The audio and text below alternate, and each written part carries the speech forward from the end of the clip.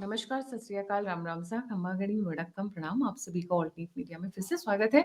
मैं आपकी होस्ट गायत्री देवी। हमारे साथ जुड़े हुए Desh Kapoor ji, founder and CEO of दृष्टिकोण.com, वीकली मैगजीन, बहुत इलैबोरेट, बहुत articulated and deep into the research, जिसको बोलते हैं समुद्र की गहराइयों से निकाल कर लेकर आना, कुछ वैसे ही काम करते थे sir. Apart from that, he is a technical guy, is a technocrat, मैं बोलूँ अगर तो गलत नहीं होगा। लगता है टेक्निकल जो लोग हैं उनको बहुत मजा आता है politics. I think that's something goes on along with engineering, ये तार यहाँ जोड़नी है, वो तार वहां जोड़नी है, तो वैसे उनका पॉलिटिकल जोड़ना वाला भी दिमाग में चलता रहता है। On that interesting note, sir, very warm welcome on the show. Thank you Gayatri. Always great to be here. हमेशा अच्छा लगता है। Sir, we have seen a remarkable shift in Modi from 2014 to 2025, I would say. And this shift is very, very well evident. पहले वो cautious हुआ करते थे, friendly होते थे, sympathetic होते थे, बहुत caring होते थे, language भी काफी controlled होती थी. But this Modi that we are seeing, especially after 2025 elections, is a very different Modi. There's a lot of change in his techniques, in his style, in his strategy, in his lot of other things. So let's try and understand the perspective. Who is Modi?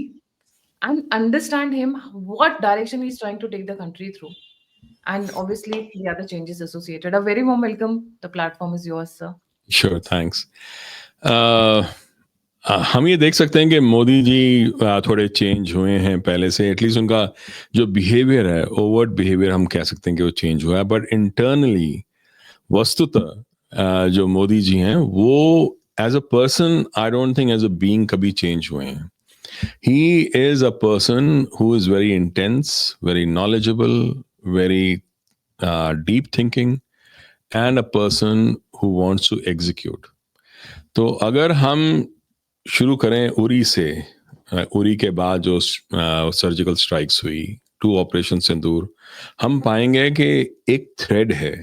वो एक thread ऐसी है कि उनको हर चीज़ का ज्ञान भी है और हर चीज़ का ख्याल भी है। अगर मैं उरी को अगर जानना है तो हमें 2002 के जो दंगे हुए थे या 2002 का जो समय था, हमें उसको भी जानना बहुत ज़रूरी है। और वो इसलिए क्योंकि क्या हुआ था कि 2002 के बारे में सारे लोग बात करते हैं, पर जो 2002 के बारे में लोग भूल जाते हैं वो ये है कि उसी समय 2001 में उसके एंड में वहाँ उस समय लाइक अटैक हुआ था इंडियन पार्लियामेंट पे, और उसके बाद ऑपरेशन पराक्रम शुरू हुआ था। भारत की जो आर्मी थी वो पाकिस्तान की आर्मी के सामने eyeball to eyeball खड़ी रही कई महीने तक। एम ये था कि फरवरी के एंड में के आसपास आते हुए इंडिया अटैक करेगा पाकिस्तान पे। बहुत सारे वर्ल्ड लीडर्स आए इंडिया को रोकने के लिए, बट इंडिया रुकने वाला उस समय नहीं था। वाजपेयी जी नहीं रुक रहे थे उस समय। ये 2002 का गोधरा का ट्रेन बर्निंग हुआ, जिससे सारे राइट्स शुरू हुए। जब ये राइट्स हुए तो उस समय जो इंडियन आर्मी थी वो आ नहीं सकती थी फॉर गुजरात। सिर्फ 1 या 2 बटालियन आई। जब वो 1 या 2 बटालियन आई तब ऑपरेशन, एक battalion around 50 to 75 kilometres cover करती है ऑन द बॉर्डर। जब वो बटालियन आई तो पूरा ऑपरेशन पराक्रम खत्म करना पड़ा। उसके बाद जब वो बटालियन वापस गई तब तक मई हो चुका था। जब मई हुआ तो उससे पहले जो वो बातचीत चल रही थी पूरी दुनिया से कि मत करो अटैक, और ये मत करो, और रिटेलिएट मत करो फॉर द पार्लियामेंट अटैक, तो उस समय मुशर्रफ ने ये कहा था कि हम आगे से कोई टेररिस्ट अटैक होने नहीं देंगे। पर वो सिर्फ मजाक कर रहा था। मई में कलुचक जो कैंटोनमेंट है वहाँ पे अटैक हुआ, और वहाँ पर भी जो जवान थे उनको मारा गया, उनकी बीवी और बच्चों को भी मारा गया, और भारत कुछ नहीं कर सका। तो जब उरी पे अटैक हुआ और जब हमारे जवान वहां मारे गए, तो बदला सिर्फ उरी का ही नहीं लेना था, बदला कलुचक का भी लेना था। मोदी जी को ये अच्छे से याद था कि उस समय क्या हुआ था, किस तरह से भारत के ऊपर अटैक करके भारत को ह्यूमिलिएट किया गया था in Kaluchak after the operation Parakram had failed, was made to fail. 2002 तो सिर्फ एक टूल था ऑपरेशन पराक्रम को खत्म करने के लिए, और भारत को बार बार बार बार उसी एक साइकिल में डालने के लिए। तो जब उरी का जो सर्जिकल स्ट्राइक हुआ वो बहुत इंपॉर्टेंट था, और उसके बाद उन्होंने एक चेतावनी दी कि हम लाइन ऑफ एक्चुअल कंट्रोल के पार आ सकते हैं। और उसके बाद जब 2019 में जब पुलवामा का अटैक हुआ और बालाकोट को अटैक किया गया, उसके बाद तब भारत ने ये दिखाया कि हम आपका जो एक्चुअल बॉर्डर है वो भी हम पार कर सकते हैं, उसके पार भी हम अटैक कर सकते हैं।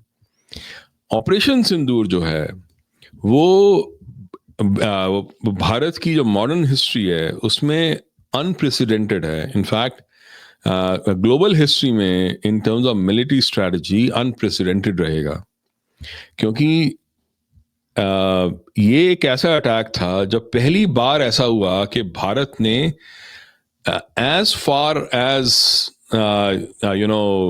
बलूचिस्तान के आसपास तक हमने अटैक किया, उनके एयर बेसिस उड़ाए गए। इतनी डीप कभी भी भारत नहीं गया था। 8 एयर बेसिस उड़ाए गए। नूर खां जो एयर बेस था उसके बारे में समझना बहुत जरूरी है। नूर खां एयर बेस जो है वो हम सब जानते हैं कि उसमें साथ था उनका लाइक अमेरिका का, पर वो जो एयर बेस था, जो उसका हार्डन बंकर था नीचे, जो C4I बेस था, सेंट्रल कमांड एंड कंट्रोल का, उसके लाइक वो बनाया था जो अमेरिकन कंपनीज हैं, बेक्टेल ने, GE ने मिलकर बनाया था। It was one of the state of the art. उसमें सिर्फ एक चीज थी कि उसके ऊपर एक 45 सेंटीमीटर का वेंट था, बिकॉज वहां वेंटिलेशन सिस्टम चाहिए वहां डीप जब अर्थ में जाएंगे। तो जब वो बम फेंका गया भारत से, जब बम फेंका भारत के जो एयरफोर्स ने, तो वो एक्चुअली बम उस 45 सेंटीमीटर के वेंट के अंदर घुस के नीचे तक गया और तब डेटोनेट हुआ। तो जो सीलिंग थी जिसको तोड़ा ही नहीं जा सकता था, वो सीलिंग नीचे नहीं गई, वो सीलिंग ऊपर आई। It actually folded up, not down, because अंदर जो कुछ था सब तबाह हो गया। This had not happened any time before. हम सब जिन लोगों ने भी इस बारे में जाना है, वो लोग सारे ये वो एडमायर करते हैं कि इंडियन एयरफोर्स वगैरह ने कितना सही अटैक किया था। कोई ये नहीं समझ पाता कि उसके पीछे जो इंटेलिजेंस थी वो कितनी डीप थी। बिकॉज आप एयरफोर्स को ये पता होना कि वो 45 सेंटीमीटर का वेंट कहाँ था और उस पर कैसे बॉम्ब फेंकना था, it was no joke. Precision, the pinpointed precision. Precision, absolute precision था। और वो जब अंदर गया बॉम्ब, और ये बिल्कुल वैसा ही बॉम्ब था, लाइक वैसा ही वो सिस्टम था जो लाइक बालाकोट में यूज हुआ है। जब वो थोड़ा सा 1-2 सेंटीमीटर का उसने छेद करके अंदर गया और जो कुछ भी अंदर था उसको सबको पूरा इवेपोरेट करके रख दिया था। तो ऐसे ही हुआ था। तो नूर खां एयरबेस में ऐसा हुआ था कि सिर्फ पाकिस्तानी ही नहीं थे, बाहर के भी लोग थे। इसीलिए suddenly from the time when actually JD Vance was saying कि हमें कोई फर्क नहीं पड़ता, they came to a point where they had to engage with India right away, because they had no other alternative. So India का जो attack था to destroy or at least like completely like annihilate and majorly destroy the air bases, जो 8 air bases थे और जो बाकी जगह उन्होंने अटैक किया, वो एक नॉर्मल अटैक नहीं था। देखो, हम चाहे जो मर्जी बोले पाकिस्तान के बारे में, पर पाकिस्तान एक राह चलता वो पिट्ठू नहीं है। Their military is quite strong. जो मिडिल ईस्ट की कंट्रीज हैं, they actually use the Pakistani military and Pakistani army for their purposes. वो कोई दूध पीते बच्चे नहीं है। येट उनके साथ बिहेवियर ऐसा हुआ जैसे वो वाकई में दूध पीते बच्चे थे।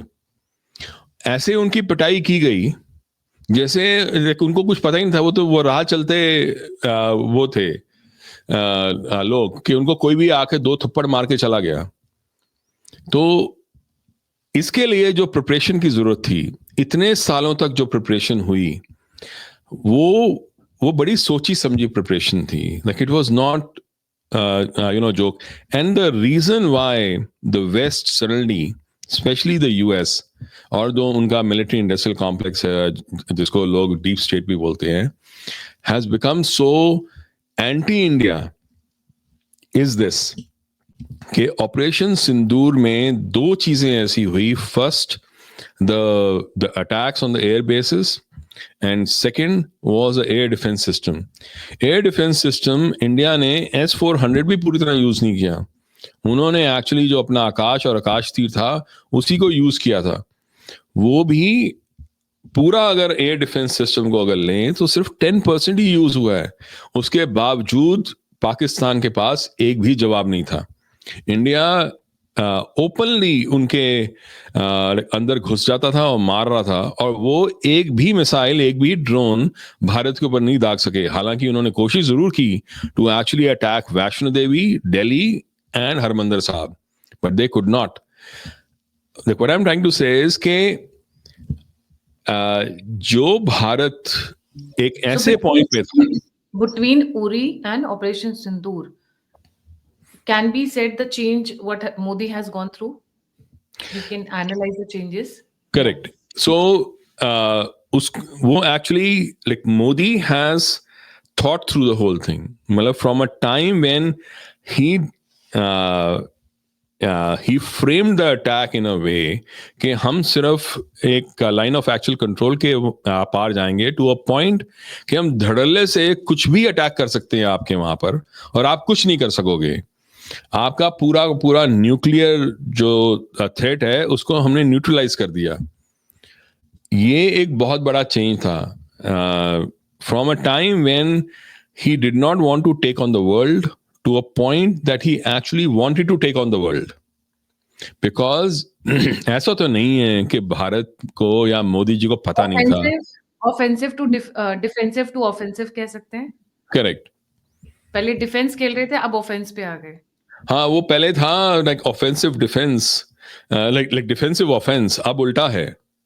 अब ऑफेंस पहले है, अब फ्रंट फुट पे जाके मार रहे थे। तो दोनों में बहुत फर्क था।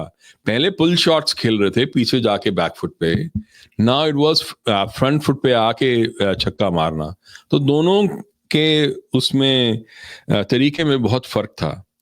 और जो उसके बाद और उसके पहले जो डिप्लोमेसी हुई वो भी बहुत बहुत ज्यादा डिफरेंट थी, क्योंकि उस समय बड़ी डिफेंसिव थी जो डिप्लोमेसी थी। याद होगा आपको, कई महीने तक यही चलता रहा कि इन्होंने तो कुछ किया ही नहीं है, कुछ हुआ ही नहीं है। बालाकोट के बाद तो यही बातें चलती रही कि वो पता नहीं कुछ पेड़ भी वो गिरे हैं, वो थोड़ी टहनियां गिरी हैं, दैट्स ऑल। सबूत चाहिए था। But to a point where we have come to a point where हर किसी को पता है कि वहां क्या हुआ पाकिस्तान में, उनके खुद लोग जानते हैं। ये जो मोदी जी का जो चेंज है ना वो बहुत डीप रहा है। He's doing the work actually. वो silently he's working. This is Right. the best part about it. And he is into guerrilla warfare. Let's try and understand that part. Right. उनकी technique लगे जी। तो एक बात और, तो यही मैं आता हूँ उस पे, जब उन्होंने स्टार्ट किया 2016 में, जब उन्होंने नवंबर 8 को 8 बजे जब उन्होंने 2016 में डीमोनेटाइजेशन किया। डीमोनेटाइजेशन को अगर समझना है ना तो ये समझना जरूरी है कि उस समय भारत की हालत क्या थी। 2010 की बात है, मैंने खुद जो इंडियन न्यूज़पेपर से वहाँ पढ़ा था, बहुत बड़ी खबर नहीं थी, छोटी सी खबर थी उसमें कि बिहार की वो नेपाल के बॉर्डर पे ऐसे बहुत सारे गांव थे या वो बैंक ब्रांचेस थी जहाँ पे फेक इंडियन करेंसी नोट्स पाए गए। तो सीबीआई की इंक्वायरी हुई, सबको ये लगा कि ऑब्वियसली आईएसआई से ही आए होंगे और कहाँ से आएंगे। जब उन्होंने सीबीआई ने इंक्वायरी की तब उनको एक दिल को दहला देने वाली एक उनको खबर वो समझ में आई, उनको इंफॉर्मेशन मिली कि वो सारे नोट एक्चुअली आरबीआई के वॉल्ट से आए थे, आईएसआई से नहीं आए थे। मतलब भारत का जो सेंट्रल बैंक था वो कॉम्प्रोमाइज हो चुका था। ये 2010 की बात बता रहा हूं मैं।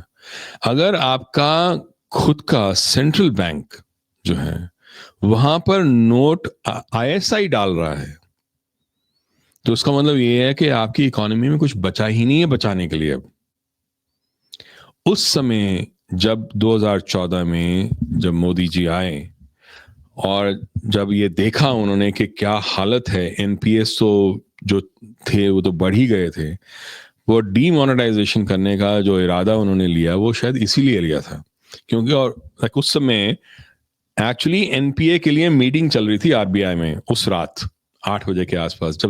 जब आरबीआई की वो मीटिंग रोकी गई और उनका एड्रेस सुना गया, आरबीआई के जो टॉप लोग थे उनको भी नहीं पता था कि डीमोनेटाइजेशन होने जा रही है। वो इसलिए कई लोगों ने क्रिटिसाइज किया उस बारे में कि आरबीआई को भी नहीं पता था। आरबीआई को इसलिए नहीं पता था क्योंकि आरबीआई खुद भी बिका हुआ था। अगर आपके तिजोरी में फेक नोट्स हैं तो आप चला कैसे रहे हो भारत को?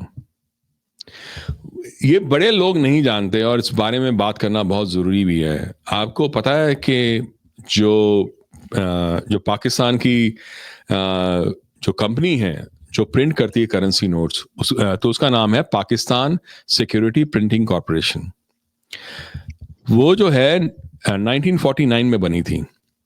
It was a joint venture between the State Bank of Pakistan, which is Central Bank of Pakistan, and De La Rue. De La Rue was a company जिससे भारत अपने करेंसी नोट के पेपर खरीदता था। आप समझ रहे हो? De La Rue जिससे भारत अपने करेंसी नोट्स के पेपर खरीदता था, उसका जॉइंट वेंचर था with the central bank of Pakistan. और इसको ब्लैकलिस्ट किया प्रणब मुखर्जी ने और उसको फिर वापस लेकर आए पी चिदम्बरम। हम उस स्टेज पे आ चुके थे। एक और केस हुआ था जिसमें करेंसी नोट्स पाए गए जो फेक करेंसी नोट्स थे। जब इंडियन लेबोरेटरीज में उसको टेस्ट किया है तो देखा गया कि वो ऐसे लग रहे थे जैसे बिल्कुल सही हैं। जब उन्होंने फॉरेन की बाहर की जो लेबोरेटरी में भेजा तो पता चला कि 18 में से 17 फीचर्स जो थे वो उन्होंने मैच कर लिए थे। 18वां फीचर मैच नहीं किया था जो वो कर सकते थे, पर एरोगेंस इतनी थी कि उन्होंने कहा छोड़ो, इनको पता ही नहीं चलेगा। उस स्टेज पे इंडिया थी कि हमारा पूरी करेंसी का एक एक फीचर उनके पास था। हमारे करेंसी नोट्स जो पेपर था वो उनके पास था। हमसे ज्यादा पेपर वो खरीदते थे हमारे करेंसी नोट्स के लिए। मतलब जो भारत जो करेंसी बनाता था उससे ज्यादा करेंसी, भारत की करेंसी पाकिस्तान बनाता था बिकॉज उसके पास हमसे ज्यादा पेपर आता था। हम उस स्टेज पे थे। वहां से जब शुरू हुआ, जब डीमोनेटाइजेशन हुआ, और उसके बाद बहुत लोग नहीं जानते कि उड़ीसा में बाद में प्रिंटिंग प्रेस वो पेपर मेकिंग यूनिट्स भी बनाए गए। Now India has move towards a point जब इंडिया सेल्फ सफिशिएंट होने जा सकती है इस पूरे पेपर के मैन्युफैक्चरिंग में, जो पहले नहीं थी। It is a big change that has happened. एक एक पॉइंट पे उन्होंने जो डीप चेंजेस होते हैं ना वो किए हैं, जो हम समझ नहीं सकते, जो आम इंसान नहीं समझ सकता। कोविड में जो कुछ हुआ, जिस तरह से कोविड में बचाया गया, जो सैबोटैज अरविंद केजरीवाल या उद्धव ठाकरे की जो गवर्नमेंट थी उन्होंने किया था बॉम्बे में और दिल्ली में, वो हम सब जानते हैं। पीयूष गोयल का जो 3 बजे रात को 3 बजे जो ट्विटर पे एक्सचेंज हुआ था उद्धव ठाकरे के साथ, वो आज भी बहुत लोगों को याद होगा। हम उस स्टेज पे थे जब हमारे पास ऑक्सीजन नहीं था, जब हमारे मास्क नहीं थे, जब हमारे पास वैक्सीन नहीं थी, हमें कोई दे नहीं रहा था। हमारे वैक्सीन के लिए जो रॉ मटेरियल था वो यूएस नहीं दे रहा था। जो हमारी फैक्ट्री थी जो ये जो कंपनी थी जिसने वो बनाया था हमारा कोरोना वायरस का वैक्सीन, वो जो फैक्ट्री थी वहां पे आग लग गई, क्या नहीं हुआ। जी। तो आज भारत सिर्फ एक कंट्री ही नहीं है, भारत एक स्ट्रेटेजिक जियोपॉलिटिकल पोल बन गया है।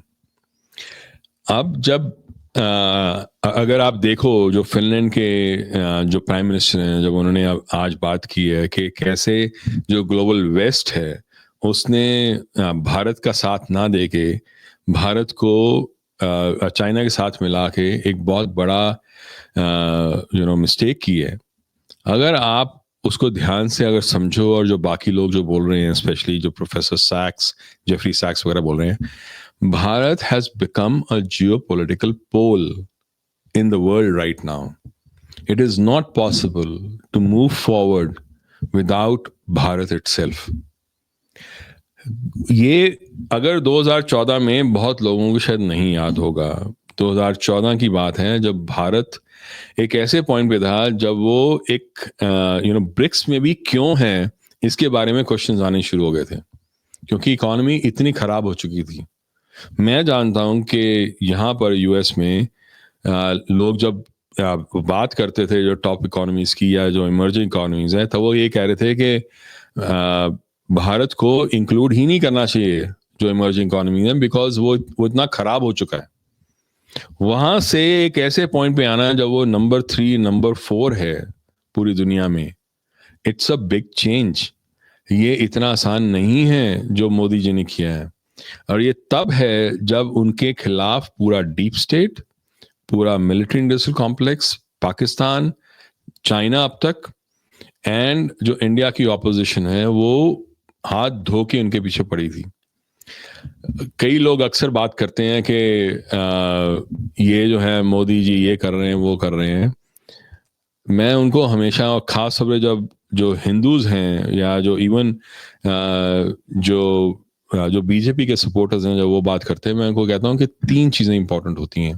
पहली चीज पावर को जीतना, दूसरी चीज पावर जीतते रहना, और तीसरी चीज उस पावर को जिसको आप जीत रहे हो बार बार, उसको एक्सरसाइज करने के लिए जीवित रहना।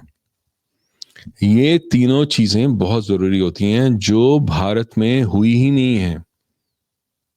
भारत 2014 से पहले पूरी तरह सेल पे था। There was not a single, from top to bottom, India was completely on sale. 1980s के एंड की बात है जब जो केजीबी का जो चीफ था, वो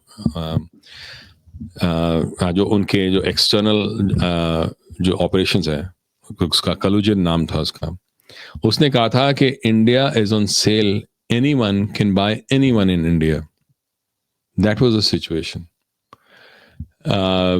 तो वहां से ऐसे पॉइंट पे लाना जब भारत का एटलीस्ट लीडरशिप सेल पे नहीं है, पूरा मीडिया और most of the media, most of the opposition, and a lot of the like even the business like people are on sale.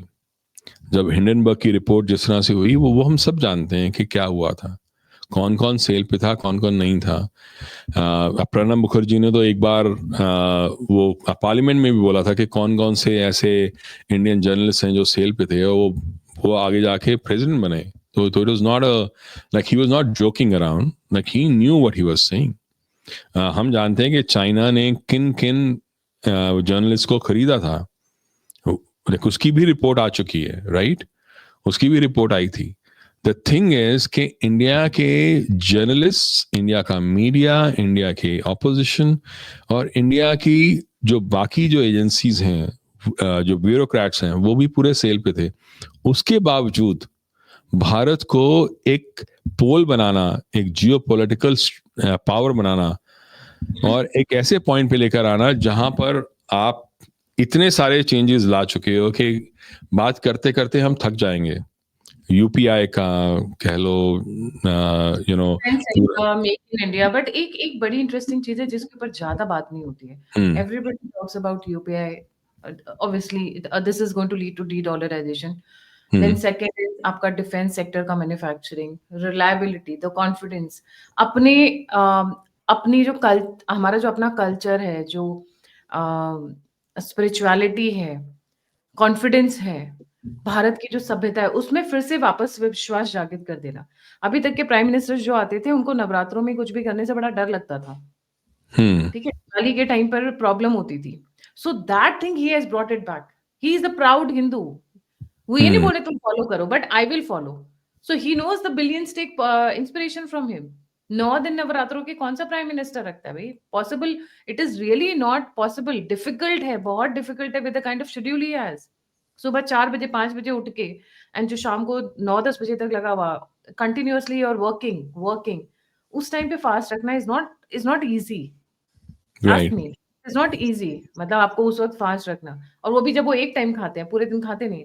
या प्राउड हिंदू, कल्चर को वापस लेकर आना, I think a big credit goes to him. Ram Mandir तो definitely है, वो तो एक सबसे बड़ा एग्ज़ाम्पल है, बट ये जो छोटे-छोटे, ये जो ना सोशल चेंज जिसको हम बोलते हैं, ये जो सोशल इंजीनियरिंग जो उन्होंने की है, ये हार्डली कोई कर पाया उनके अलावा। 70 साल, 75 साल हमने नहीं देखा है किसी को, इस तरीके की सोशल इंजीनियरिंग हिंदूज़ के लिए करते हुए।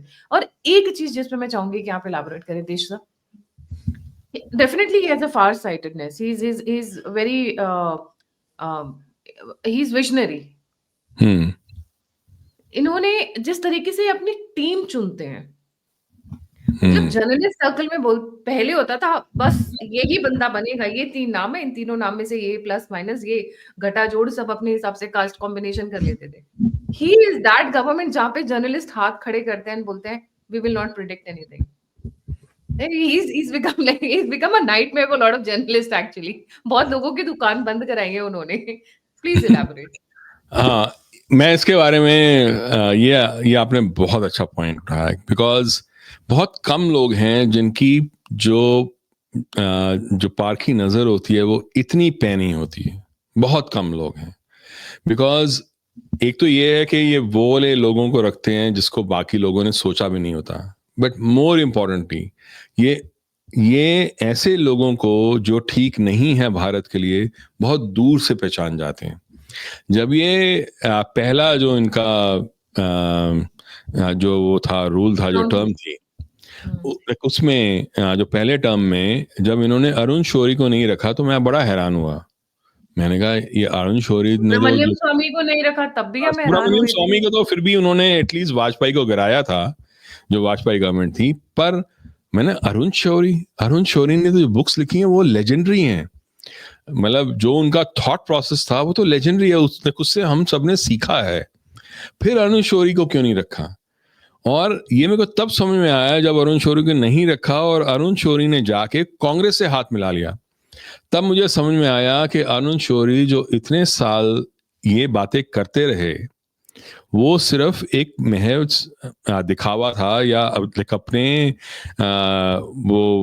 वो माहौल बनाने के लिए कर रहे थे। बिकॉज अगर आप वाकई में भारत के लिए, भारतीयता के लिए और हिंदुत्व और आप हिंदुइज्म के लिए अगर खड़े हो रहे हो, धर्म के लिए खड़े हो रहे हो, आप कभी भी कुछ भी हो जाए आप कांग्रेस के साथ हाथ नहीं मिला सकते। पर उन्होंने वो किया। तब मेरे को समझ में आया कि मोदी जी ने वो देख लिया था जो हम नहीं देख पा रहे थे।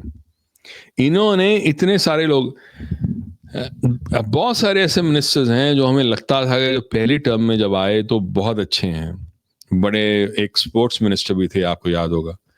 मुझे जो बैकग्राउंड जो इन्फॉर्मेशन मिली थी वो यही मिली थी कि all these people were actually compromised later on. तो इसीलिए धीरे धीरे करके एक एक जो ऐसे जो लोग थे उनको निकाला गया। जो उनकी नजर है ना, जो उनकी सिलेक्शन है, वो इतनी पैनी होती है कि बहुत कम लोग जानते हैं या कम लोग समझ पाते हैं। That is very very important, because वो ऑलमोस्ट एक, मैं अक्सर लोगों को बोलता हूँ कि it is almost like as if God like, only God can have that kind of insight that Modi ji has for the people. कौन सही है कौन सही नहीं है, He does his homework really well. हाँ। Really बहुत well. कम लोग हैं जो इतनी एक चीज याद रखनी पड़ेगी। as far as the knowledge and sense of history is concerned, धर्म के बारे में जो ज्ञान है और जो सिक्योरिटी के लिए जो पैशन है, भारत की सिक्योरिटी के लिए, भारत की उन्नति के लिए जो पैशन है, वो उनसे ज्यादा मेरे में तो नहीं है। अगर उसके बाद भी अगर वो एक ऐसा कदम उठाते हैं जो मुझे लगता है कि से ज्यादा होना चाहिए था, तो उसका मतलब ये है कि मैं पूरी इंफॉर्मेशन जानता नहीं हूं। जो हो रहा है, जो पावर्स, जो फोर्सेस एक्ट कर रही हैं, वो फोर्सेस कहीं ज्यादा हैं जिनको मैं समझ पा रहा हूं। बिकॉज या फिर ये इसको ऐसा भी कहा जा सकता है, his intelligence network is very very strong. He gets because आप देखिए ना जिस तरीके से आपने एग्जाम्पल ऑपरेशन सिंदूर का दिया सर, तो आपको नहीं लगता कि जो वो पाकिस्तान के अंदर इस तरीके की इंफॉर्मेशन निकाल सकते हैं, तो अपने यहाँ तो बिल्कुल ही वो विल बी अलर्ट। घर का भेदी लंका ढाए, एवरीबॉडी हैज लर्नड इट कि keep your enemies closer. Right, तो आपको पता होता है कि आपकी कूटरी में कौन क्या कर रहा है, कौन कहाँ पे क्या गेम खेल रहा है, who is talking to who. Jagdeep Dhankhar ji का resignation was another surprise. So he was keeping the entire intelligence network Chanakya वाले स्टाइल में। हम चाणक्य अमित शाह जी को ऐसे नहीं कहते कि अमित शाह जी के अभी बारे में अभी बात नहीं करूंगी, बट ये जरूर डेफिनेटली कहेंगे कि मोदी जी की सक्सेस में एक बहुत बड़ा हाथ, अगर किसी का सबसे बड़ा हाथ रहा है तो डेफिनेटली अमित शाह जी का रहा है, उसको नकारा नहीं जा सकता है। He Amit is Shah like ji या and Ajit Doval ji, I think ये अजीत। दो लोग जो हाँ, हैं, वो आई लोग डोंट थिंक एनी, उन दोनों को चुनना, देखो जब वो दोस्त बने और बिल्कुल अलग अलग थे, ये इनका पूरा वे, इनका चरित्र, इनका समझने का तरीका, बात करने का तरीका, बिहेव करने का तरीका, अंडरस्टैंडिंग द बैकग्राउंड इटसेल्फ, इन दोनों की इतनी अलग है, मोदी जी की और अमित शाह जी की। उनका साथ आना एक तरह से भारत की हिस्ट्री में एक चेंज लाने के बराबर था। एक चीज मैं अक्सर सोचता हूं कि जब औरंगजेब था उस समय शिवाजी भी थे और गुरु तेग बहादुर भी थे। शिवाजी को एक्चुअली भगवान शिव का एक स्वरूप माना जाता था। ऐसे ही गुरु तेग बहादुर को देवी और राम का स्वरूप माना जाता था, for people who understand it. उसके बावजूद 50 साल वो दोनों इस धरती पे, भारत की धरती पे रहे। वो 50 साल औरंगजेब ने राज किया और ना ही उनको वो सिर्फ लाइक मारा, बट उनके बच्चों को भी नहीं छोड़ा उसने। उस सिचुएशन में इतने महान जो बीइंग्स हैं, वो होते हुए भी भारत अपने आप को बदल नहीं सका। आज उनके जो औरंगजेब के जो मानसिकता के जो लोग हैं, और जो उनके कह लो के कोट अनकोट जो वंशज हैं, जो पाकिस्तान में है, जो बांग्लादेश में है, जो भारत में है, वो उनसे भी ज्यादा क्रूर हैं। उसके बावजूद एक अकेला नरेंद्र मोदी सबको ठिकाने लगा रहा है। ये एक छोटी बात नहीं है। अगर शिवाजी इतने बड़े थे तो मोदी जी भी कम नहीं है। उनको समझना बहुत जरूरी है। ये हम वो इस बात को नजरअंदाज जरूर कर लेते हैं, पर हमें ऐसा करना नहीं चाहिए, because it is not easy. What he is facing, what he is going through is not easy. उनका तो कम से कम वो जो चाहते थे, जिस तरह का उनका अपना कम से कम जो समूह था, जो उनके जो ग्रुप था, चाहे शिवाजी का हो चाहे गुरु तेग बहादुर का हो, वो तो खुद अपनी आर्मी जिस तरह से बनाना चाहते बनाते थे। भारत की ब्यूरोक्रेसी, भारत का जो जो पूरा तंत्र है, जो जुडिशरी है, जो बाकी चीजें हैं, उसको कैसे चेंज करें? उसके बावजूद मोदी जी वो कर रहे हैं जो आज तक कभी हुआ ही नहीं है। It's not a joke. He can see through जो चीजें सामने होती हैं पर दुनिया को नजर नहीं आती हैं सब अभी तक। फॉर एग्जाम्पल एक और एग्जाम्पल लेते हैं, बहुत इंटरेस्टिंग एग्जाम्पल है। अभी तक जो वोटर बैंक को होता था, लोग हमेशा वोटर बैंक सिर्फ मेन के पॉइंट ऑफ व्यू से सारी कैंपेन, सारी रैलीज, ठुमके लगाना। समाजवादी पार्टी में तो कोई भी जलसा होता था तो दो चार बॉलीवुड की मैडमें आ जाती थी ठुमके लगाने के लिए, आधे आधे आधे कपड़ों में। आप you understand what I am saying. But he saw through कि देयर इज अ 50% पोटेंशियल जहां पे महिलाएं हैं। right? Nobody hmm, ever talked about women. Nobody ever talked about. Everybody was talking कागज के ऊपर woman empowerment, woman, और woman empowerment में बॉलीवुड में क्या हुआ, वो फेमिनिज्म का टॉक्सिक कल्चर चला, वो हम सब ने देखा है. एक्चुअल वुमन एम्पावरमेंट नहीं की है लोगों ने. He is the hmm, one who is working it out. He is the one who is focusing. महिलाओं की सुरक्षा, वो कौन बात कर रहा था वुमेन एम्पावरमेंट की? महिलाओं को तो पहले सुरक्षा मिलनी चाहिए, तब तो घर से बाहर निकलेंगी ना वो.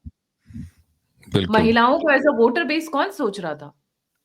दादी को, नानी को, मम्मी को, बहनों को, कौन, किसी ने नहीं सोचा. सबको ये था राबड़ी देवी जैसा, हम जेल में बैठेंगे, राबड़ी देवी को जहां बोलेंगे वो सिग्नेचर कर देगी. That is not woman empowerment, sorry to say. And woman empowerment ये भी नहीं होता है बॉलीवुड में, बॉलीवुड के स्टाइल में कि आधे कपड़े पहनकर आप नाच रहे हो, वो ऑब्जेक्टिफिकेशन है, वो भी एम्पावरमेंट नहीं है. वो चीपनेस है on the side. Empowerment is when you are powerful to take your choices, make your decisions. That is powerment, empowerment. Anyway, मैं उधर नहीं जाऊंगी क्योंकि ये फेमिनिज्म वर्ड से बड़ी दिक्कत हो जाती है मुझे.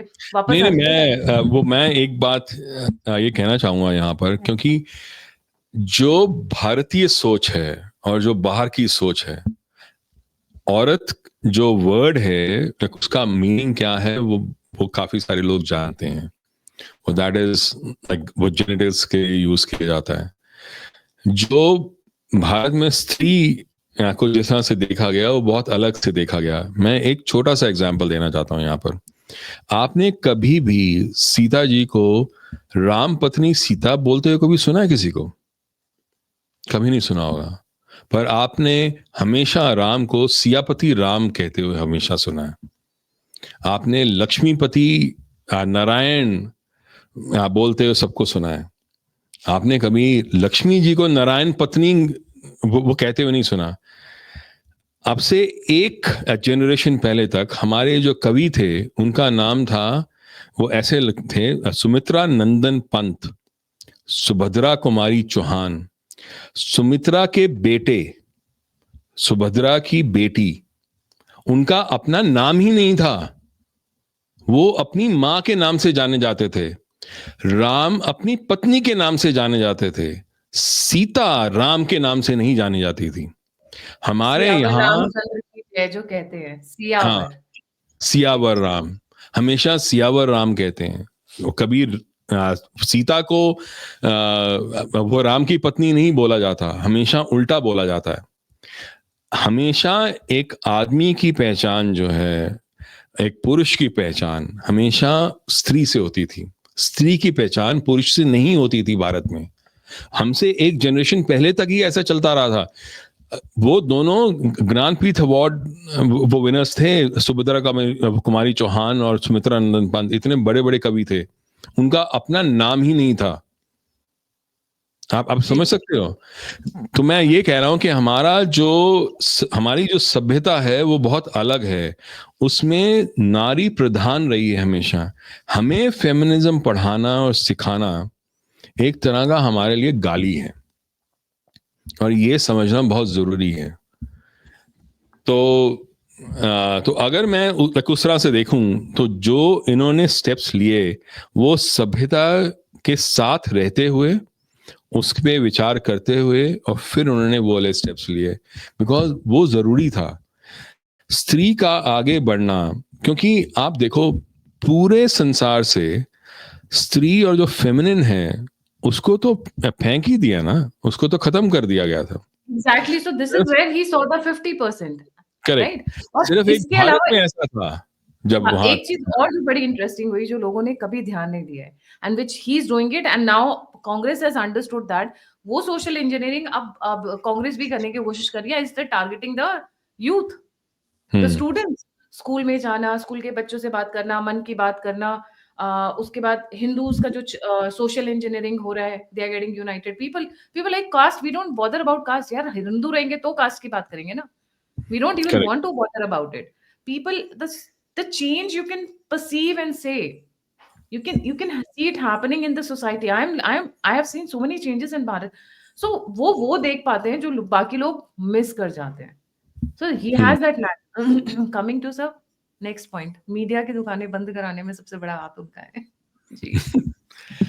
हाँ, तो पहले क्या था, पहले मीडिया ये डिसाइड करती थी कि गवर्नमेंट कैसे चलेगी. पहले वो डिसाइड करते थे कि कौन मिनिस्टर बनेगा, कौन नहीं बनेगा, और पीछे से सारा ऑर्केस्ट्रेट होता था, because media was an extension of the foreign players, of the foreign forces. तो वो जब किसी भी जगह को, किसी भी सोसाइटी को सैबोटाज करना होता था, तो मीडिया जो है वो एक्चुअली वो सर्वप्रथम रहती थी। एक टाइम था जब कुछ मीडिया रशिया के हाथ में था, कुछ मीडिया चाइना के हाथ में था, और कुछ मीडिया CIA के हाथ में था। इनफैक्ट एक पॉइंट ऐसा था जब ये प्रेस ट्रस्ट ऑफ इंडिया है, जो PTI है, उसको pravda ट्रस्ट ऑफ इंडिया बोलते थे, बिकॉज वो पूरा कम्युनिस्ट ने वो कॉन्कर कर लिया था। तो उस पॉइंट से जब ये हर जो वो ट्रिप होती थी प्राइम मिनिस्टर की, उनके साथ जाते थे, डिफाइन करते थे कि प्राइम मिनिस्टर जो बोल रहा है या जो बोल रही है वो क्या बोल रहा है, क्या नहीं बोल रही, टू अ पॉइंट जब उनको साइड पे कर दिया गया। पहला जो रियल सोशल मीडिया का कैंपेन जो चला, वो चला था 2014 में। It was a first in the world. पूरे संसार में किसी ने सोशल मीडिया का यूज करके कभी लीडर नहीं बना था कोई। पहली बार ऐसा हुआ था कि मीडिया को साइड पे करके वो लीडर बने। उसी को डोनाल्ड ट्रंप ने बाद में अपने कैंपेन के लिए यूज किया था, उसी सेम कॉन्सेप्ट को। तो उस तरह से अगर देखा जाए, जिस तरह से इन्होंने मीडिया को नजरअंदाज भी किया है, मीडिया को उसके ठिकाने पे भी लगाया है, पर मीडिया को कभी उन्होंने सब्जुगेट नहीं किया। रवीश कुमार आज भी बोलते हैं जो वो बोलते हैं, बरखा दत्त आज भी बोलती हैं जो बोलती हैं, पर उनको कभी जेल में नहीं डाला। देखो, जब दुनिया को वो किसी के खिलाफ कुछ काम करना होता है ना, तो वो मीडिया को यूज करता है। स्मार्टनेस ये कि जेल में नहीं डाला। हाँ, इसके 2 रीजन है सर, अगर आप देखें तो। पहला रीजन ये है, जिस टाइम पे आप जेल में डाल देते हैं, आप उनके पूरे के पूरे फैन फॉलोइंग को एग्रेसिव बना देते हो, to come for counter and start a war kind of a thing. दूसरा, he also leaves an opportunity for the person to turn around, right? कि आप कभी आपका दिल बदले, आपका दिल पिघल जाए, आपके इमोशंस जाग उठें, कुछ हरे-हरे नोट देख लें, या फिर आपको अपनी करियर बचा रहा हो, तो आप उधर भी चेंज हो सकते हैं। So he leaves that small window of opportunity also with them when he is not arresting them. जी। और एक और कॉन्सेप्ट होता है, to give people enough rope so that they can go and hang themselves, which is exactly what all these people do. Because जब तक तो रवीश कुमार को लोग ये समझते हैं कि उनसे बड़ा कोई और दिग्गज है ही नहीं मीडिया में, तब तक सब ठीक है। पर वो बार बार रोज एक ही बात बोल बोल के लोग इतने तंग आ जाते हैं, वो इतनी बार गलत रहते हैं। हर इलेक्शन, हर स्टेट इलेक्शन, हर जनरल इलेक्शन, पिछले 3 जनरल इलेक्शन, पिछले इतने सारे स्टेट इलेक्शंस, वो गलत बोलते रहे हैं। योगेंद्र यादव, रवीश कुमार, राजदीप सरदेसाई, जितने भी वो हैं, उन्होंने कभी भी ढंग से प्रिडिक्ट नहीं किया किसी भी इलेक्शन को। हर इलेक्शन में वो गलत ही प्रिडिक्ट करते आए हैं। वो इसलिए है क्योंकि वो भारत की जनता के साथ कोई अटैचमेंट ही नहीं है, उनका कुछ लिंक ही नहीं है। अभी देखिए ना, रवीश कुमार कह रहे हैं कि इतनी हिम्मत है राहुल गांधी में, कितना करेज है, इतनी बार हारने के बावजूद भी वो दोबारा पहुंच जाते हैं मैदानी जंग में। आई मीन इमेजिन किसी को किस हद तक ये लोग मैनिपुलेट करके प्रेजेंट कर सकते हैं, and they become a laughing stock. Ravish Kumar का निकनेम हो गया रविश कुमार। एक खान चचा थे जिनको बहुत लोग प्यार करने लग गए थे, उन्होंने भी अपने रंग दिखा दिए हैं पूरे, सभी को पता है वो कितने एजुकेटेड है, मुगल की हिस्ट्री उनकी कितनी फैंटास्टिक, अमेजिंग, सुपर डुपर है। So you're right. Actually, he gives them a good rope to hang themselves. Right. So that's Right? exactly what they keep doing. अब बरखा दत्त का क्या हाल है? कहाँ थी, कहाँ है? तो all these people have 2014 में आने से पहले जब रिटेल वाली जो स्ट्रैटेजी बनी थी, तो उस समय कांग्रेस ने स्ट्रैटेजी ये निकाली थी कि जो फॉरेन कंपनीज हैं वो रिटेल सेक्टर में आ सकती हैं, उन्होंने 49% से ज़्यादा कर सकती हैं। तो निर्मला सीतारमन ने ये कहा था एज बीजेपी स्पोक्स पर्सन कि हम इसको चेंज करेंगे। तो अमेजॉन जो थी वो आना चाहती थी भारत में।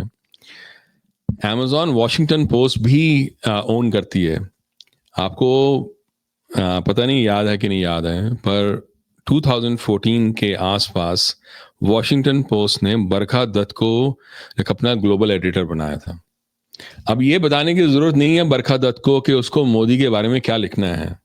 वो जानती है, वो लिखती है, और जो वो लिखती है उसी के लिए उसको वहां हायर किया गया था। और उसके बाद 2019 में जब बरखा दत्त अपना पूरा काम नहीं कर सकी, तो 2019 में वॉशिंगटन पोस्ट ने राना अयूब को रखा। अब राना अयूब को भी बताने की जरूरत नहीं थी कि उसको क्या बात करनी है मोदी के बारे में। जो बात थी वो करती थी और उसी के लिए उसको हायर किया गया था। तो हमारे जो जर्नलिस्ट थे वो हमेशा से सेल पर थे, वो आज भी सेल पर हैं। तभी इतने सारी चीजें हो जाती हैं पर उसके बारे में बात नहीं करते। सीए, एनआरसी, सब झूठ झूठ वाला कैंपेन उन्होंने आगे बढ़ाया, और उसके बावजूद किसी ने एक बार आके कभी सच नहीं बोला। Farmers, so called farmer protest, वो भी झूठ था, उसके बावजूद किसी ने सच नहीं बोला। आज भी इतने सारे झूठ वो बोलते आए हैं। पूरा कोविड का हमें पता है कि क्या हुआ था, वैक्सीन वॉर सबने देखी है, उसके आसपास क्या हुआ था वो भी सब जानते हैं। तो मीडिया को हैंडल करना, मीडिया को but there is only one लैकिना हियर, मीडिया को वो हैंडल तो कर रहे हैं पर वो नैरेटिव वॉर में अभी भी डिफेंस खेल रहे हैं, एग्रेसिव नहीं खेल रहे हैं। That is a point, very important point, जहां पर जिसकी वजह से इतनी स्कीम्स लेकर आ रहे हैं, इतने प्रोग्राम्स लेकर आ रहे हैं, इतने लॉन्चेस होते हैं, like every second day Bharat में कुछ ना, बिकॉज पीछे क्या चर्निंग चल रही है लोगों को शायद अंदाजा नहीं होगा। They can feel it, I am sure they can feel it, but they can not put their fingers. पीछे इतना सब डेवलप हो रहा है, इतनी strategy, planning, everything is going back to back, back to back, back to back, but उसको वो सामने नहीं रख पा रहे हैं।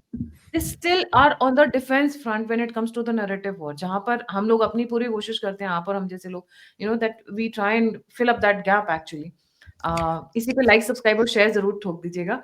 या जैसा कि ये एक ऐसा पॉइंट है जिसमें I think this I totally agree with that. I totally agree with that because बाकियों ने, चाहे वो स्टैंड अप कॉमिक्स हों, चाहे वो बाकी जो ब्लॉगर्स हैं वो हों, चाहे यूट्यूब के कंटेंट क्रिएटर्स हों, उनको वेपनाइज किया है, उनको पेमेंट्स दी हैं। सब जानते हैं कि कौन है वो लोग जिनको ऐसा किया गया है। पर हम जो हैं, हम अपने बलबूते पे यूट्यूब से मार खाते हुए, बाकी लोगों से मार खाते हुए भी अपना कंटेंट, जैसे आप जैसे लोग हैं जो इतना कुछ होने के बावजूद लगे रहते हैं सिर्फ इसलिए क्योंकि भारत के लिए कुछ करना है, भारतीयता के लिए कुछ करना है। Right. So moving on to the next, and I think that will be a very important point. Intelligence का जो हुआ है churn up, that has been unprecedented. 2014 से लेकर इसमें डेफिनेटली एक क्रेडिट धोवल जी को भी जाता है। जो 2014 से जब हमारे पास, मतलब मैं सरोजनी नगर की मार्केट में जाने से डरती थी कि पता नहीं कौन से कोने में कोई बॉम्ब लगाकर चला गया होगा। हमने देखे हैं, लाजपत नगर में जाओ, ये भीड़-भाड़ वाले इलाके, करोल बाग में, राइट? ये क्योंकि ये एक ऐसे एरिया जहाँ पे छोटा-सा अटैक भी कैजुअलिटी बड़ी करता है। दीज़ आर होलसेल मार्केट्स, लोग भर-भर कर आते हैं होलसेम शॉपिंग के लिए। वहाँ से लेकर अब एक अटैक करके दिखाओ और उखाड़ के फेंक देंगे। That change, that is one is the attack जो आपने बात किया सामने में कि हम रिस्पॉन्ड क्या देंगे, पर पीछे जो होने नहीं देंगे, जो इंटेलिजेंस जो हुआ है, वो बहुत ट्रेमेंडस, बहुत ज़बरदस्त लेवल का हुआ है। जी।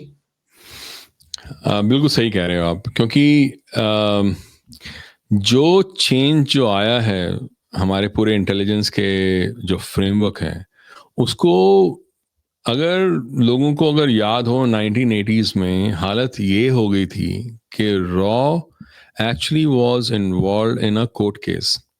उसकी जो चीजें थी वो बाहर आ रही थी बिकॉज वहां लड़ाई हो रही थी, अंदरूनी लड़ाई हो रही थी।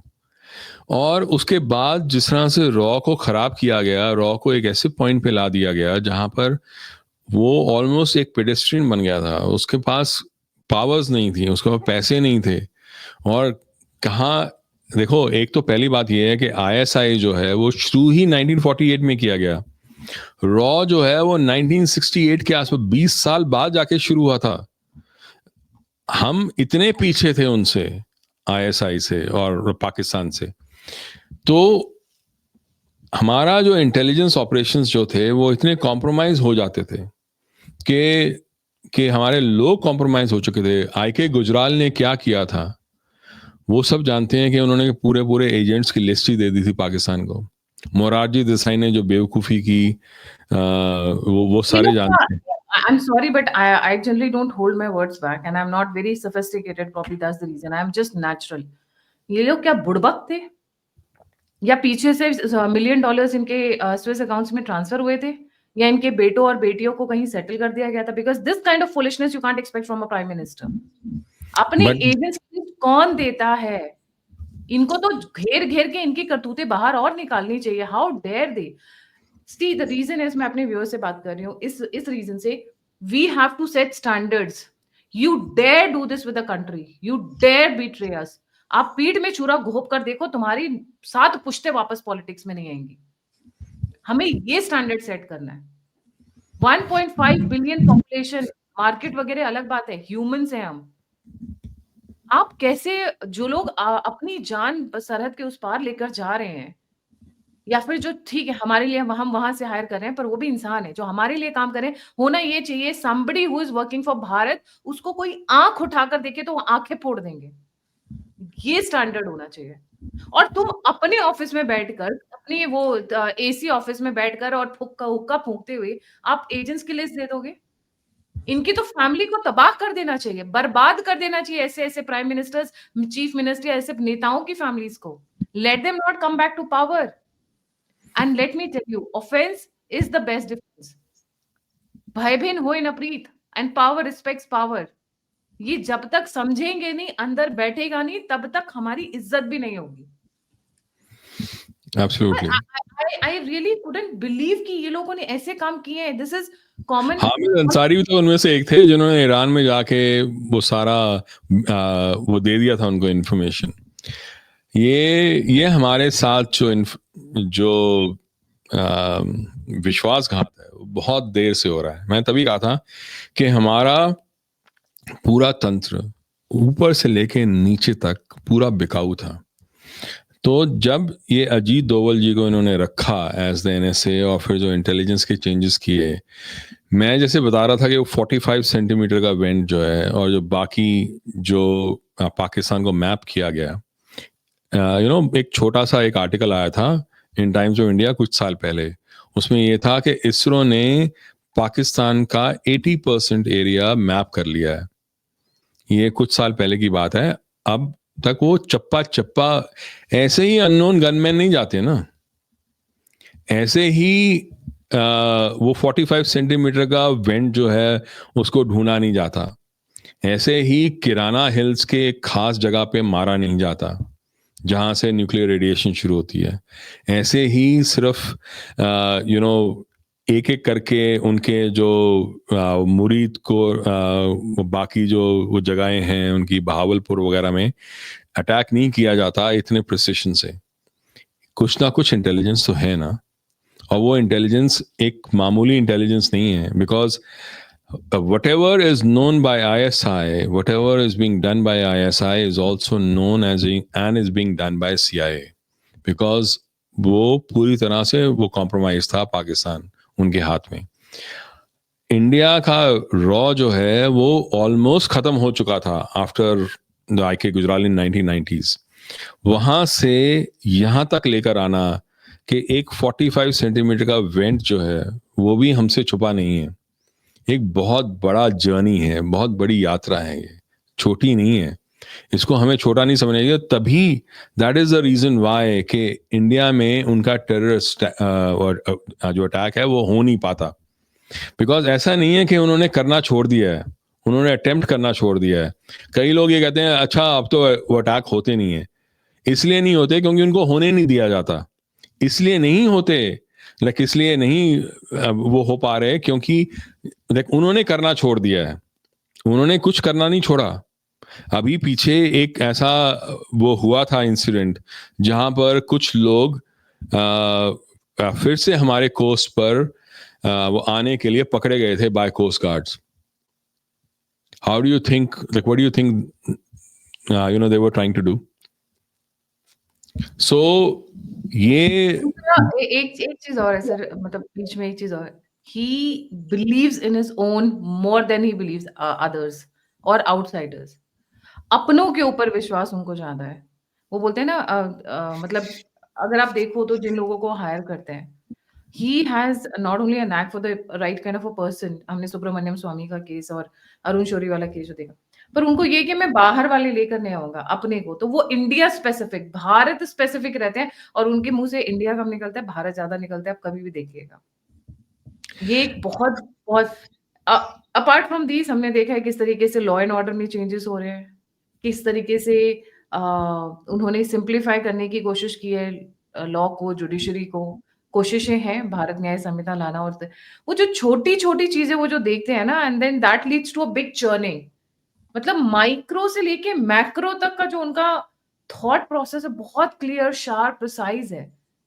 ये 2014 से ही है, या ये करत-करत अभ्यास के जड़मति हो सुजान, रसरी आवत जात सिल पर पड़त निसार. ये प्रैक्टिस हाँ प्रैक्टिस करते हैं. हाँ, प्रैक्टिस से होता है, बिकॉज लाइक उनको विश्वास अपने आप पे तब आया जब वो चीफ मिनिस्टर बने, और उससे पहले भी.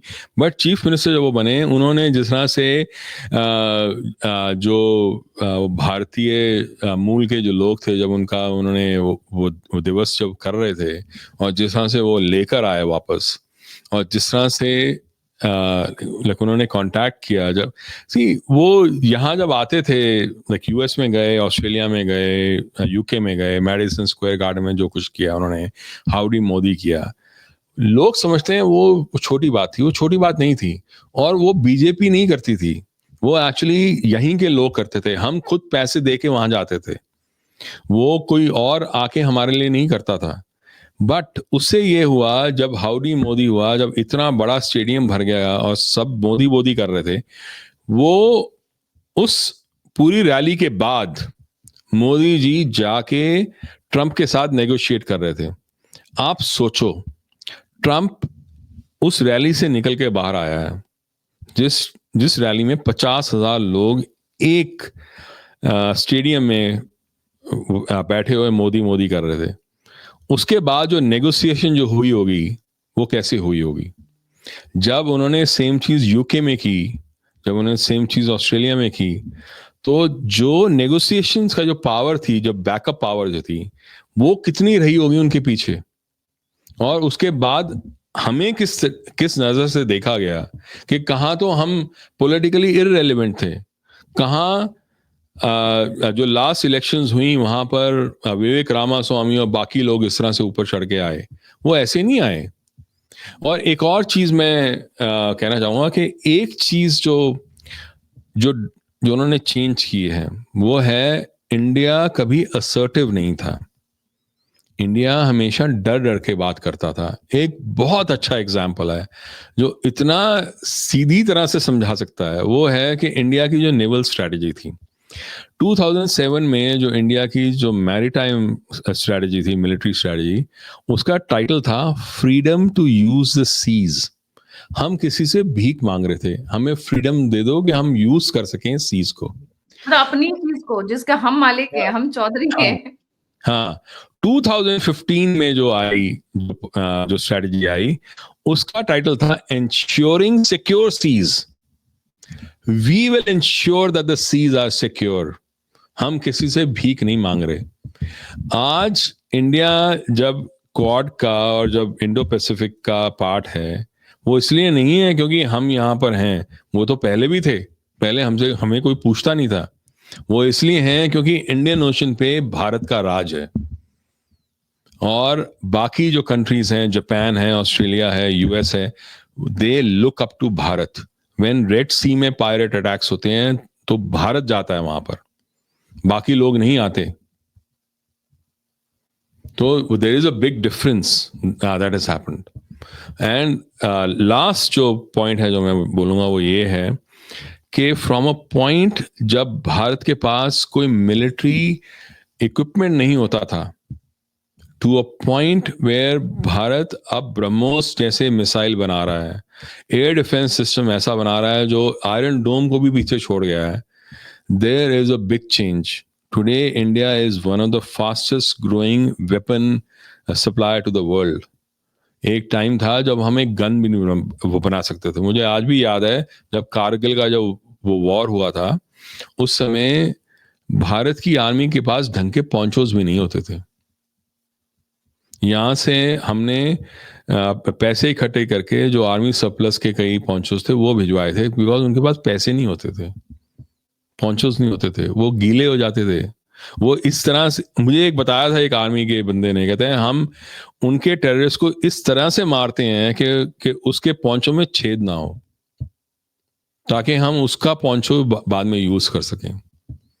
वहां से, और ये तब था जब भारत की अपनी कंपनीज, अगर आप देखो कुछ कंपनीज हैं कानपुर में हैं, बाकी यूपी में हैं कंपनीज, वो लैटिन अमेरिका को, वो यूएस को जो इक्विपमेंट है, जो आर्मर है, वो सप्लाई करती हैं, पर भारत की आर्मी को सप्लाई नहीं करती थी.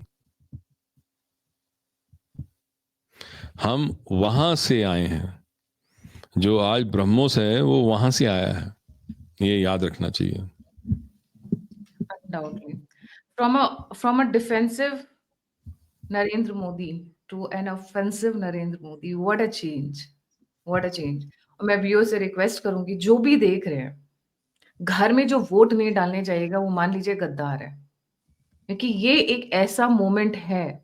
आप जिसको भी वोट दें, during times of war the biggest traitors are the ones who stay neutral. आपने ये स्टेटमेंट सुनी होगी. There are no grey areas during wars. या तो आप इस साइड हैं या आप उस साइड हैं. भीष्म पितामह को भी एक समय पर साइड लेनी पड़ी थी, चाहे उन्होंने किसकी भी साइड ली हो. तो जब हम उस स्टेज पर हैं कि ये एक स्टेज ऐसा है जहां पर we have to make sure that जिस उड़ान की तैयारी हम कर रहे हैं वो टेक ऑफ करें बहुत अच्छी तरीके से और बहुत सही तरीके से. उसके लिए बहुत जरूरी है कि the government should be stable, we should be on the front, we should be in the driving seat and we should be taking the country forward. बहुत सारी इसमें आएंगी डिस्ट्रप्शंस. सर लेट मी, बहुत सारी इसमें डिस्ट्रप्शंस आएंगी, बहुत सारे इंटरनल क्योस क्रिएट करने की कोशिश की जाएगी, बॉर्डर्स पे बहुत नौटंकियां होंगी, कोई मैप निकालेगा, कोई कुछ करेगा, ट्रम्प रोज धमकी देगा. We have seen what he is now and I think it's useless to talk about him. He needs some medical care. Agra में भी वैसे मेंटल असाइलम है, लोग बोल रहे हैं कि वहां पे एक सीट खाली कर रखी है. So we will see those kind of attacks happening. And we will also see कि एक भाई बोल रहे हैं कि you know we have had an ancient civilisation China. But look at the way when the pictures were taken. Putin was standing next to Xi Jinping, while Modi ji और Xi Jinping के बीच में there was Kazan. You always place people with respect to the importance you give them. There are no protocols around there. तो मोदी जी को जानबूझ के दूर खड़ा किया गया था. So if they think we don't know, we know the game already. वो पुची पुची बातें करना, that cute talk, we are far ahead of them. I think they are far ahead of, not we, but they are far ahead and they know what is happening. So sometimes you should let the game play the way it is in order to, make it look good. इसलिए United रहिए, खड़े रहिए, fake बातों से, अफवाहों से, chaos से, इनसे दूर रहिए. बहुत सतर्क रहकर चलिए. अगले 4 से 5 साल ये डिसाइड करेगा कि भारत कूड़े में जाएगा या भारत सुपर पावर बनेगा. ये पावर हमारे हाथ में है. जी यदेश सर, आप कुछ ऐड करने वाले थे. एक 4 लाइनें हैं, अगर आप अनुमति दो तो मैं सुना दूं. वो एक पोएट ने लिखी थी जो मोदी जी पे बिल्कुल सही बैठती हैं. वो है, दिग्भ्रमित क्या कर सकेंगी भ्रांतियां मुझको डगर में, मैं समय के भाल पर युग बोध का हस्ताक्षर, कर चुका हर पल समर्पित जागरण को, नींद को अब रात भर सोने न दूंगा, है अंधेरे को खुली मेरी चुनौती, रोशनी का अपहरण अब होने न दूंगा, जानता अच्छी तरह हूं आंधियों के मैं इरादे, जानता अच्छी तरह हूं आंधियों के मैं इरादे, इसलिए ही जल रहे हैं जो दीप उनका पक्षधर हूं, दिग्भ्रमित क्या कर सकेंगी भ्रांतियां मुझको डगर में, मैं समय के भाल पर युग बोध का हस्ताक्षर. मोदी जी एक्चुअली युग बोध के हस्ताक्षर हैं. अगर हम ध्यान से देखें। बिल्कुल सही। Thank you so much sir for joining. जाने से पहले सभी व्यूअर्स से रिक्वेस्ट है, बहुत मेहनत लगती है, प्लीज लाइक करें, सब्सक्राइब करें, शेयर करें और प्लीज आगे आकर कंट्रीब्यूट करें, डोनेट करें और मुझे सपोर्ट करें। It takes lot of energy and efforts to do that. और उसके लिए नंबर और यूपीआई दोनों स्क्रीन के ऊपर है। और फीडबैक देने के लिए, मुझसे कनेक्ट करने के लिए सभी के सभी लिंक्स डिस्क्रिप्शन बॉक्स में है। देश सर का है दृष्टिकोण.com। Please visit the website. Weekly one article, but fantastic article, I would say. Thank you so much. इसी के साथ जय हिंद, जय श्री राम, हर हर महादेव। जय हिंद, थैंक यू।